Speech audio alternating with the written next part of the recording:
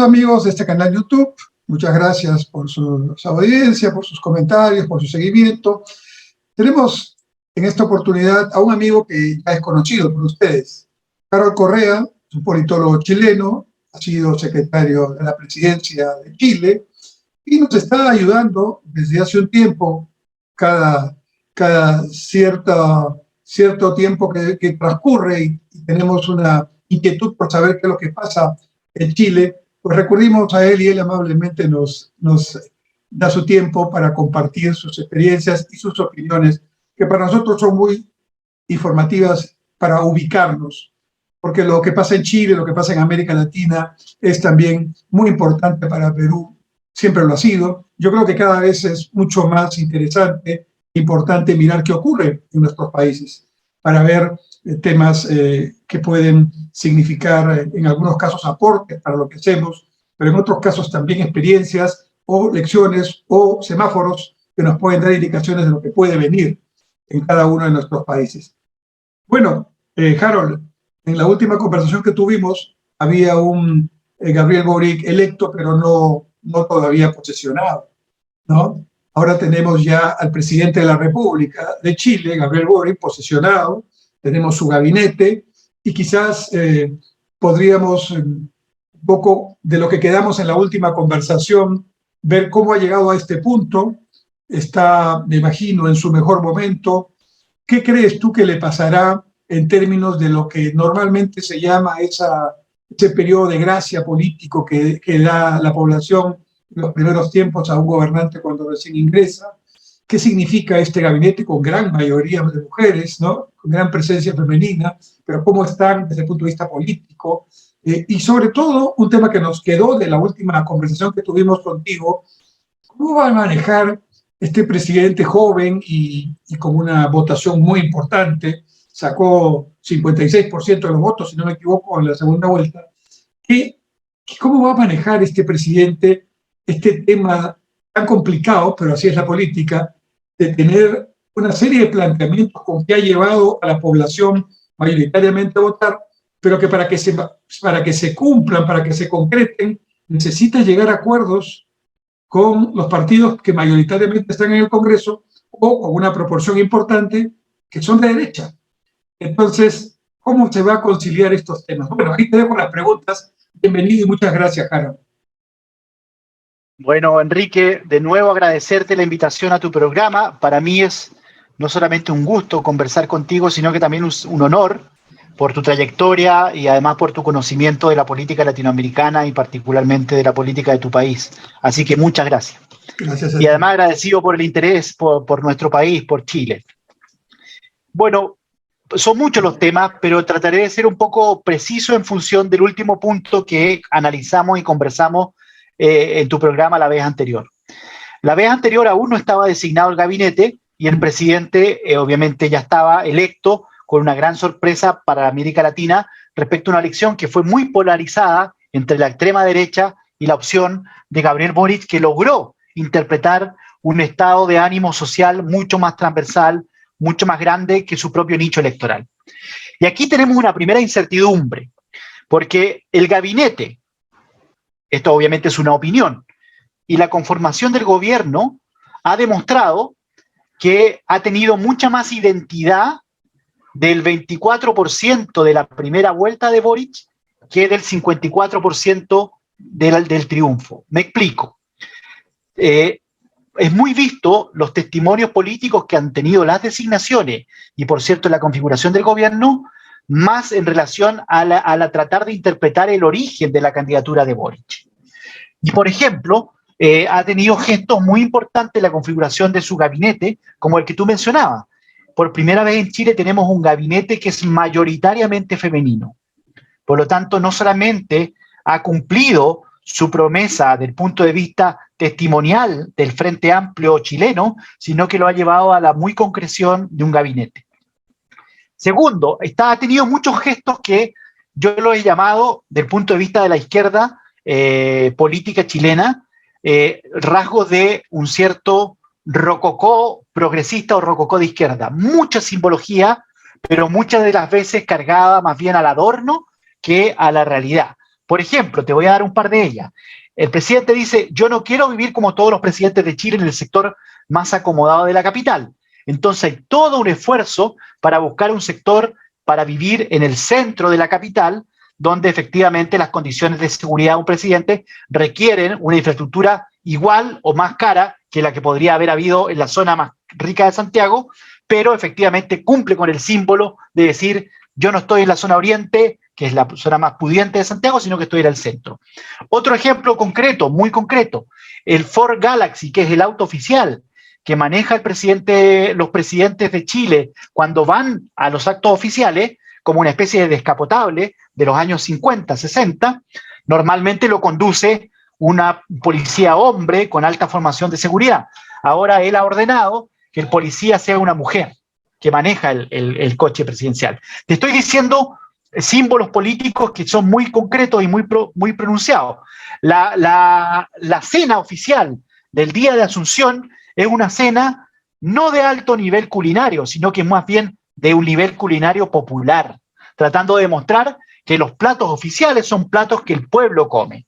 Y así, estamos llenos de símbolos políticos, como por ejemplo que la primera actividad que hace el presidente el primer día que entra a la Moneda es un acto con muchos pueblos originarios haciendo una ceremonia ancestral en el patio de los Naranjos, que tradicionalmente estaba consagrado a actos oficiales, ecuménicos. Entonces, efectivamente, la obsesión de la coalición de gobierno y del presidente desde la designación del gabinete hasta ahora ha sido demostrar, dar señales, particularmente y precisamente al grupo político más primigenio de la candidatura, que es este grupo que enarboló particularmente la confrontación política con el Partido Comunista. Ahora, dicho eso, yo diría que la instalación de Boric ha sido bastante fecunda desde el punto de vista del apoyo popular, porque ha tenido, aparte de simbología de más mujeres, hay bastante gente joven en el gobierno, y por cierto, frente a un sistema desprestigiado como el chileno y de todos nuestros países, la ciudadanía ha tendido a ver con buenos ojos la renovación de la política y con muchísima más esperanza. Él ha logrado transformar su figura, independizarla de las críticas iniciales a la inexperiencia, a su pasado concreto como diputado, la ha logrado independizar a una especie de figura transversal que llama a la unidad y con un carácter joven y de renovación. Por lo tanto, está parado en un muy buen carro desde el punto de vista de la opinión pública. Pero vienen las complejidades políticas de la instalación. Y aquí quiero ser bastante concreto y preciso en cuanto a los problemas que el presidente y su gobierno va a tener que enfrentar básicamente la administración del poder, Enrique, a partir del viernes pasado que asumió. El gran desafío político es qué va a pasar con la Convención Constituyente y su relación con el Ejecutivo, con el presidente. La convención, como lo vimos el otro día, es una convención diversa, plural, mayoritariamente de izquierda, que no quiere decir que sea una convención alineada con este Ejecutivo, con este presidente. Evidentemente hay más sintonía, han habido vasos comunicantes, pero no son partisanos del presidente. Y así también lo ha definido el propio presidente. Por lo tanto, tiene una cierta independencia, una cierta autonomía de la convención que ha demostrado ser bastante osada. Y en las discusiones preliminares ha cambiado cosas fundamentales de la historia de la República Chilena. Por ejemplo, un dato muy concreto es que elimina el Senado en la nueva administración, que queda un Estado plurinacional en Chile, y muchas reformas que son realmente un remesón, un terremoto para la institucionalidad política chilena. Entonces, la clase política, que como ya vimos también, está plenamente identificada en su clásica configuración política en el Parlamento chileno renovado, o sea, el Parlamento chileno se parece a la élite política tradicional chilena, mucho más que lo otro. Ese Parlamento está tratando de influir en la convención, en la discusión de la convención, de manera que estas cosas no sean cambios tan traumáticos para el país. Pero no tiene puentes con la convención. Entonces, a la espera de este nuevo ejecutivo, que tiene algo más de puentes con la convención, lo que se va a empezar a producir es una cierta presión de un poder del Estado, como es el legislativo, al ejecutivo para, comillas, encauzar, ordenar o aquilatar la discusión de la Convención Constitucional. Con lo que tenemos un primer gran desafío del presidente. Si se mete mucho, puede quedar como el rey desnudo, porque va a demostrar que no tiene total influencia la convención. Si no se mete, se le puede desordenar a tal punto la discusión constitucional que podemos enfrentarnos a un escenario de interesante polarización para el plebiscito de salida, que puede haber un rechazo, con lo cual sería un fracaso político para el gobierno. Entonces, es un primer desafío grande. ¿Cómo influir en causar sin quedar desnudo y tampoco arriesgarse a un rechazo ciudadano por un cambio copernicano en la convención que lleva un temor en la gente que vaya a rechazar? Ese juego es un juego de alta tensión, de políticamente muy entregado a la operación, y tengo la impresión que no está lo suficientemente aquilatado en el equipo político del presidente como para poder entender que ahí se juega parte del éxito en 6 u 8 meses más cuando haya un plebiscito por una nueva convención constitucional, por una nueva constitución. Segundo desafío es el desafío mucho más concreto de la zona mapuche chilena, la Araucanía. Ahí hay un problema muy grave de seguridad. Hemos aumentado el nivel de ataques terroristas en la zona al nivel casi cercano a Colombia, por lo cual se hace una zona muy insegura. Frente a la respuesta de la derecha en el gobierno de Piñera, que fue militarizar la zona, este gobierno, de nuevo como un símbolo, retira a los militares, causando el malestar de la ciudadanía de la Araucanía. Al retirar los militares no significa que va a entender que deja abierto el esquema político en la región, sino que tiene que ver cómo se hace cargo de la seguridad. Ahí hay un gran desafío, porque el gran desafío del gobierno es cómo lograr mantener el espíritu del gobierno, en que habla más de una política soft para enfrentar un conflicto de ese tipo, cómo enfrentar eso sin desbande de las zonas de riesgo como incendio, ataque. Otro gran desafío, particularmente la ministra del Interior, que va a marcar la agenda muy prontamente. El tercer desafío grande que yo he preparado como concepto para esta conversación es el de la migración. Tenemos también un gran problema en la zona norte de Chile, de mucho migrante irregular, de mucho tráfico de personas, con mucho hacinamiento en la zona norte, Iquique, Arica, de personas, y hay una gran demanda ciudadana casi xenófoba en la zona. Entonces el gobierno tiene que responder de nuevo. ¿Cómo haces sintonía con tus preceptos de política nueva de izquierda, es decir, acoger, tratar de generar polos de desarrollo con la migración, sin perder apoyo ciudadano, que lo que está esperando es mayor control, mayor regulación en la frontera y, por cierto, muchas veces expulsión de inmigrantes ilegales? Otro gran problema que está ahora a la vuelta de la esquina, que vamos a ver cómo lo resuelve Boric, que tiene un problema, como lo decimos en Chile, una papa caliente que agarrar. Y el cuarto desafío, que es mucho más concreto desde el punto de vista de la gobernabilidad, para que los televidentes peruanos puedan entender, este gobierno surge de una pugna democrática en un pacto que fue el pacto de la nueva mayoría, del Frente Amplio con el Partido Comunista, básicamente, donde se le ganó al Partido Comunista por parte de Boric, casi como testimonio, porque votó mucha gente contra el comunista y fue configurando una opción de Boric que finalmente llegó a la presidencia de la República. Por lo tanto, esta coalición que gobierna es una coalición cuya columna vertebral es el Partido Comunista Chileno. Es el partido más sólido de la institucionalidad política de la Alianza, donde efectivamente tiene presencia nacional y políticamente muy formada y muy densa.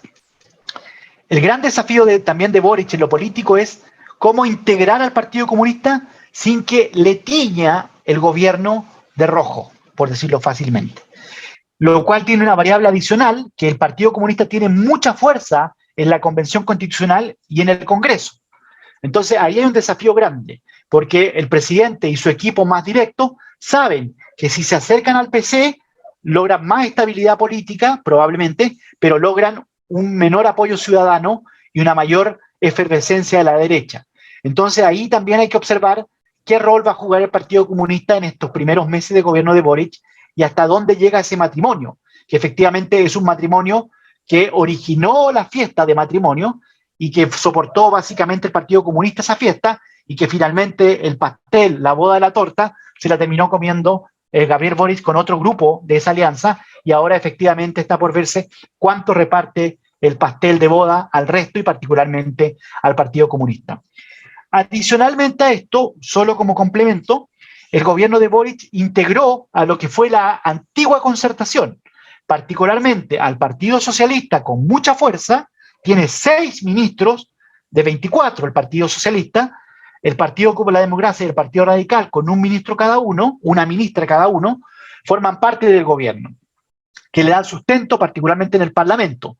Pero esos son invitados, particularmente el Partido Radical y el Partido por la Democracia, son invitados de última hora, con lo cual tampoco están completamente convencidos del gobierno, pero en lo formal, mientras sea rentable política y electoralmente ser parte de la coalición, lo van a hacer. Entonces, es un esquema en que la fiesta está tranquila, está en paz, pero hay demasiados luces de alerta de cómo se van a ir sorteando por parte de este presidente. Eso como análisis general, vinculando a los anteriores temas que hemos hablado. Carol, en las 5 inquietudes o desafíos, no me has mencionado la aplicación de parte de su programa, por ejemplo, la reforma del sistema pensionario, que es uno de sus baluartes. Y para eso necesita, me imagino, tener ciertos consensos con el Congreso para poder viabilizarlo. Sí, ¿Cómo mira, ves esa línea? La reforma de pensiones, yo diría que no en estos términos, que son desafíos urgentes de administración política. Yeah. La reforma de pensiones es un consenso nacional. O sea, ahí tú no encuentras dos opiniones de que hay que hacer algo en el sistema, desde la derecha extrema hasta la izquierda extrema. Cosa que no era así hace 10 años atrás en Chile, pero hoy día lo es. ¿Por qué lo es? Porque esa fue el alma del estallido social chileno. Entonces, Boric lo que está haciendo ahora, en lo más técnico, en la política pública, es decir, vamos a modificar el sistema de pensiones. Ya no habla el presidente lo que había dicho en la campaña y muchas veces cuando era diputado, del fin de las AFP, sino que habla de las reformas de pensiones. Y la reforma de pensiones él se lo encargó al ministro de Hacienda, que es otra clave de este gabinete. El ministro de Hacienda es un ministro que fue presidente del Banco Central y sale del Banco Central para ser ministro de Hacienda. Es el seguro de vida del sistema político económico chileno, porque el presidente fue capaz de nombrar a alguien que no era particularmente cercano a él, pero que le dio garantía a todo el mundo. Mario Marcel se llama. Entonces el ministro Marcel tiene dos encargos importantes. Uno es rápidamente y urgentemente una reforma tributaria, que no es nada nuevo, todos nuestros gobiernos la plantean al inicio de la administración. Y segundo gran desafío, las bases de acuerdo para la reforma al sistema de pensiones. Pero si tú te fijas, estamos en un cambio constitucional paralelo. Entonces el presidente ha jugado, como en general todos los políticos, a esta cosa media incierta de hagamos algo para cambiar las pensiones, pero esperemos qué dice la nueva constitución. Entonces yo creo que ese desafío, no obstante ser la médula de las reformas sociales que vienen, está un poco postergado por la coyuntura política y porque ya tiene un ejecutor y un encargo claro, que es el ministro de Hacienda. Entonces voy a replantear mi inquietud inicial, porque ahora, digamos, la cosa está más compleja por lo que tú me dices. Hasta antes de conversar contigo, ahora, en esta oportunidad, mi idea era que él va a tener que demostrar su capacidad de liderazgo para poder encontrar con su grupo de sostén político, que tiene ya esas complicaciones del Partido Comunista, etcétera, con los grupos que votaron por él, que cada uno tiene aspiración de que le cumpla con su problema, ¿no? Y cada problema es más complicado porque ninguna decisión es limpia, de alguna manera va a afectar a parte de los otros grupos o a los mismos que votaron, ¿no? Y el tema con el Congreso, pero ahora me parece, de todo lo que nos has contado, que el tema, la verdad que no estaba en mi radar que pasara eso, es que el posible resultado de la constituyente o la convención constituyente es un verdadero desafío al sistema, porque me estás hablando de que estarían pensando o ya votaron, no sé, por un Estado plurinacional. Es decir, ese es el concepto que, como sabes, es el boliviano de Evo, el Estado plurinacional de Chávez en Venezuela, ¿no? Incluso tiene toda una ideología detrás, ¿no? Cuando salía el entonces canciller de Evo Morales, ¿no? Y decía... Le ha dicho que Huanca. Sí, decía, hay dos tipos de gobiernos en el mundo. Los que son gobernados por los indígenas autóctonos y el resto, ¿no? Y nosotros lideramos mundialmente, ¿no? Con nuestro ejemplo, digamos, este genuino gobierno de los pueblos originarios, de los pueblos, etcétera, andinos. Entonces, ahí hay un tema bien complicado para la institucionalidad chilena, ya no estoy hablando ni de derecha ni de izquierda, porque ese es un sistema que está pensado desde mi punto de vista para desestabilizar justamente, ¿no?, los sistemas tradicionales.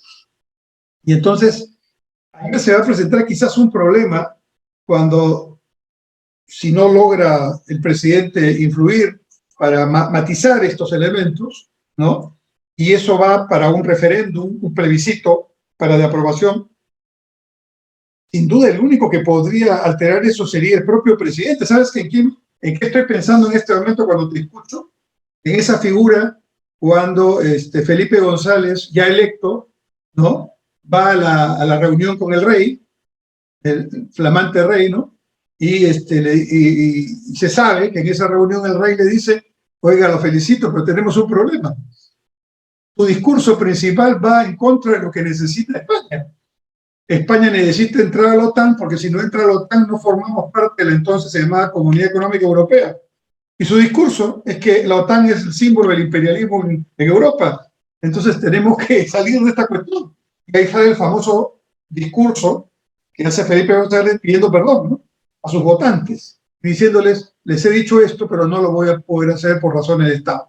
¿Tú lo ves a Boric en ese nivel de estadista? Mira, ojalá porque va a tener que serlo en función de lo que viene. Y él hace gala, ayer hizo una entrevista en varios canales de televisión que decía: cuando yo tengo que decirle que no a mis adherentes, le he dicho que no. Siempre él hace gala de esa atribución de Estado que en algún minuto algunos vieron en él y que algunos siguen viendo en él. Porque va a tener que ordenar la convención. Si él quiere una aprobación de la convención, va a tener que ordenarla. Porque efectivamente lo que ha habido han sido una cantidad de normas previas constitucionales que ha puesto nervioso a medio mundo en Chile. ¿Por qué? Y te voy a explicar por qué, Enrique. Porque el sistema de funcionamiento de la convención está dado en comisiones y pleno. Entonces las comisiones específicas discuten temas específicos y van al pleno con normas propuestas. Esas comisiones específicas se ha dado una distorsión, porque han formado parte los comisionados en esas comisiones los convencionales electos por causas. Entonces, usted tiene a los ecologistas y a los animalistas discutiendo el sistema ambiental de la Constitución. Entonces llegan normas absolutamente establecidas como las causas de esos convencionales al Pleno. Y el Pleno muchas veces ha rechazado, por ejemplo, en materia ambiental, rechazó 35, por decirte algo, indicaciones de 42. Es decir, casi totalmente el trabajo de la comisión.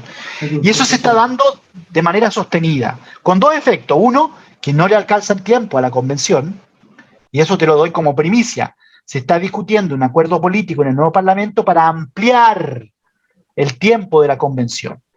Efectivamente, si se lo amplía, se lo va a ampliar constitucionalmente el Senado. Senado que le está ampliando el espacio político a la convención, que lo eliminó del sistema político chileno. O sea, el Senado, eliminado por la convención, tiene que ampliar el plazo de la convención. Por lo tanto, ahí, obviamente, la gente que sabe de política te dice va a haber una negociación, porque el Senado probablemente va a decir: ok, se lo ampliamos, pero repongan el Senado. La fecha obviamente que yo tengo aquí es junio 2022. Sí, exactamente. En junio ellos deberían entregar y el plebiscito en septiembre.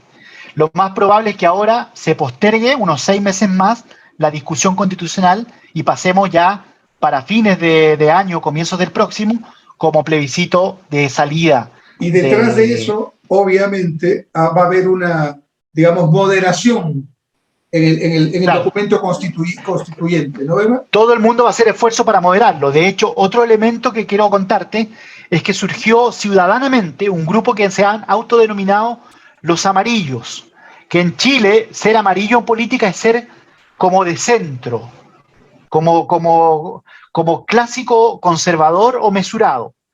Y este grupo se adjudicó el nombre de los amarillos y hay muchísimo participante de primer nivel político, de izquierda, de centro y de derecha.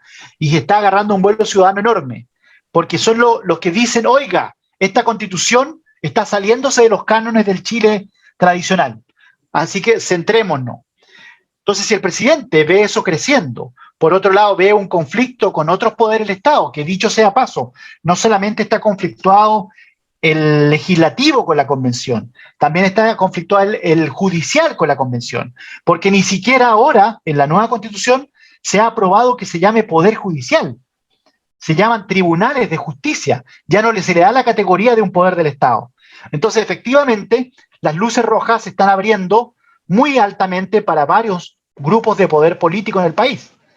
Y eso efectivamente Boris tendría que causarlo si no quiere que esto vaya derecho a un rechazo o derecho a un rechazo de la élite, que es más fuerte aún. Porque tú puedes tener convencional una constitución aprobada, pero sin ejercicio constitucional, como en Chile nos ha ocurrido el año 25, que el año 25 la constitución se aprobó y solo 12 o 8 años después empezaron a regir sus primeras normas porque se resistió la élite política a los cambios. Eso puede pasar perfectamente acá porque tenemos que aprobar leyes para ejecutar la Convención Constitucional.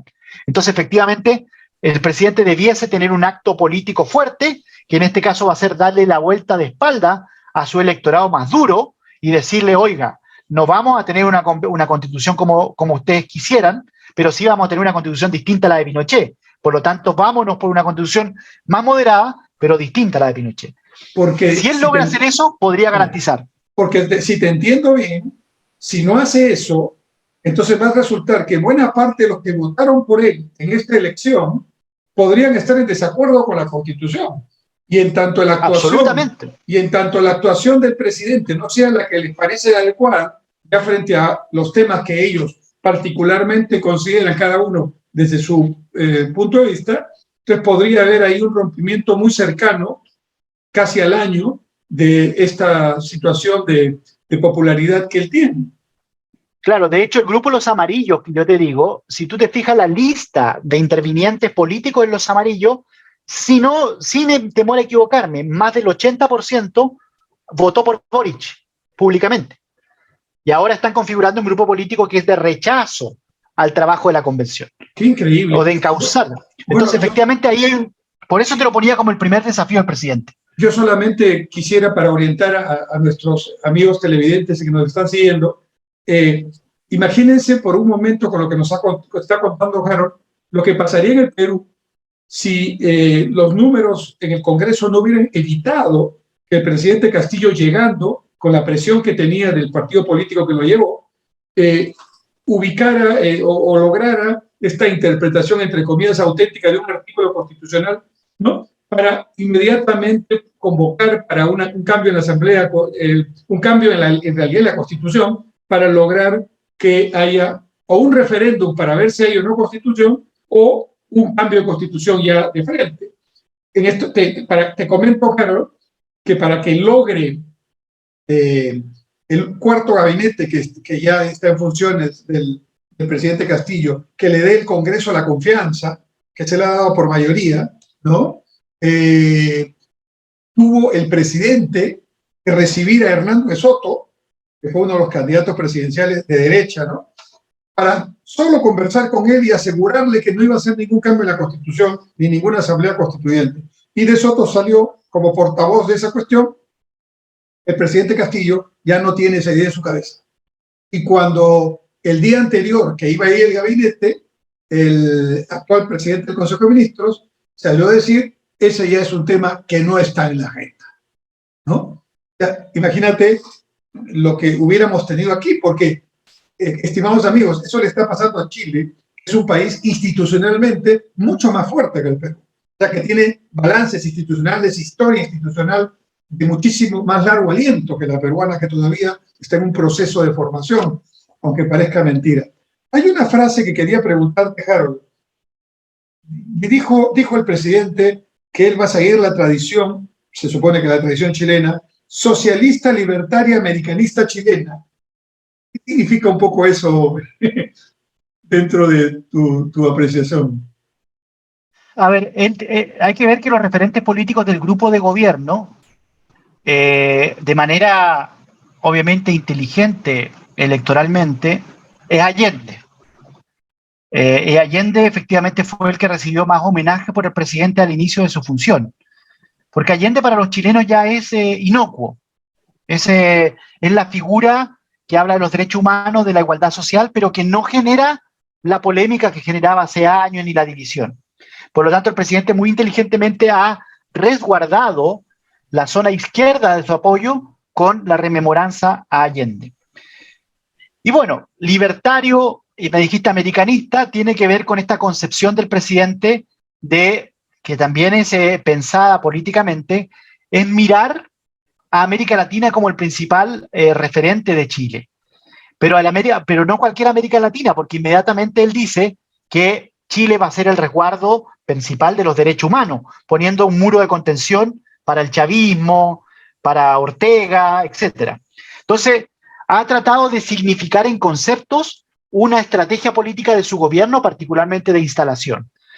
La pregunta es la que yo te hacía al inicio: si esos conceptos son para el 24% de la primera vuelta o son para el 54% que le dio el triunfo político en las urnas.